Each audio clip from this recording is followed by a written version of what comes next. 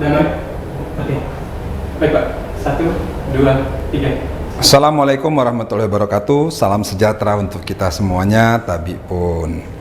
Tribun Lampung sudah berumur 13 tahun. Tentunya di umur yang ke-13 ini, Tribun Lampung selalu menyuguhkan hal-hal yang berbentuk harmonisasi dan sinergi di dalam membangun Provinsi Lampung Saibumi Ruwajurai yang menjadi provinsi unggulan.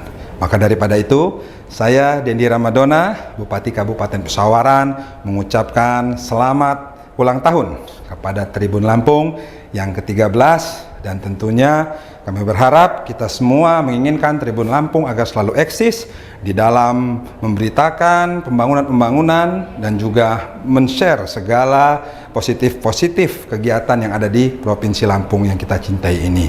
Dan juga dengan moto energi untuk perubahan, tentunya Tribun Lampung kita harapkan bisa membawa Provinsi Lampung bertambah jaya ke depannya.